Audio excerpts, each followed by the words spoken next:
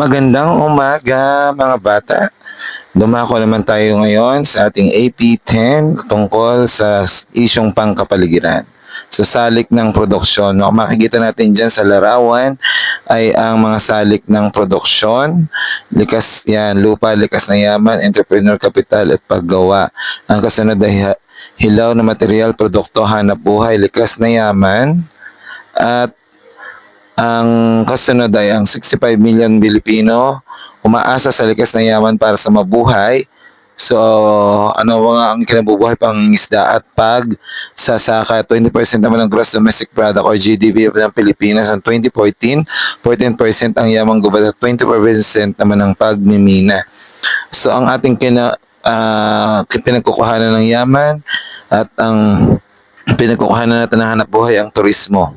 So ayan, nagka-create ito ng trabaho, hanap buhay sa maraming tao, mga kaibigan. So, makikita sa mga nabanggit na sitwasyon ang kahalagahan ng mga likas na yaman sa ating pamumuhay. Ngunit sa kabila nito ay tila may bigyang halaga pangangalaga sa ating kalikasan. So, sa kasalukuyan ng suliranin at tama pang naharap natin ng ating bansa ay ang pang-aabos at pagpapabaya ng mga tao sa kalikasan. So, pag tayo po ay nagpapabaya at nang-aabos sa kalikasan, so marami po ang maapektuhan, nasisira at sa pagdating ng panahon, maraming epekto ang maibubungan nito. So, ang mga kapabayaan na ating ginagawa ay nagpapaalala sa mga natural na kaganapan tulad ng pagkakaroon ng ito halimbawa na to, malalakas na bagyo, pagguho ng lupa, malawakang pagbaha. Yan, ito ang magiging dulot niyan. So mga suliranin at hamong pangkapaligiran ng Pilipinas ay ang sunod: suliranin sa solid waste, pagkasira ng mga likas na yaman, climate change.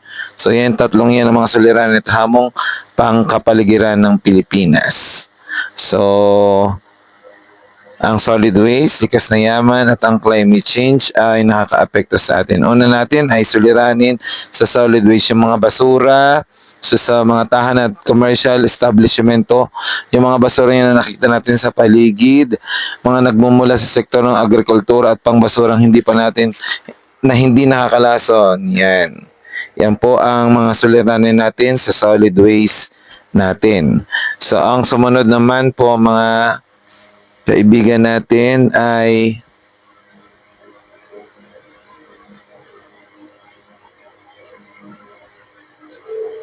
ang Pilipinas ay nakakalika ng tiyang 39,422 na tonelada ng basura kada araw according sa 2015 ng Environmental Management Bureau. So kung mapapansin natin ang datos sa larawan, yan po mga estudyante at mga mag-aaral na dapat nating katatandaan. Isang tao ay 7.7 kilo ng basura araw-araw ang napoproduce. So sa buong mundo ay 130% ka sa world average. So dito naman sa tahanan, ang tahanan ay mayroong 56.7, ang commercial ay 27.1, ang institutional ay 12.1 at ang industrial ay 4.1.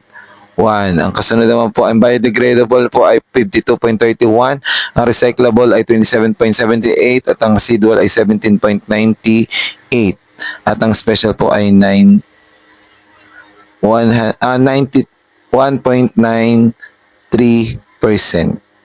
So, nilalaman ng batas. So, nagtatag ng National Solid Waste Management Commission ng National Ecology at pagtatatag ng Materials Recovery Facility, pagsasaayos ng tapunan ng basura at National Solid Waste Management Commission. Sila yung mga nangangasiwa sa ngalap ng mga basura sa atin sa kapaligiran upang maiwasan natin ang anumang epekto nito.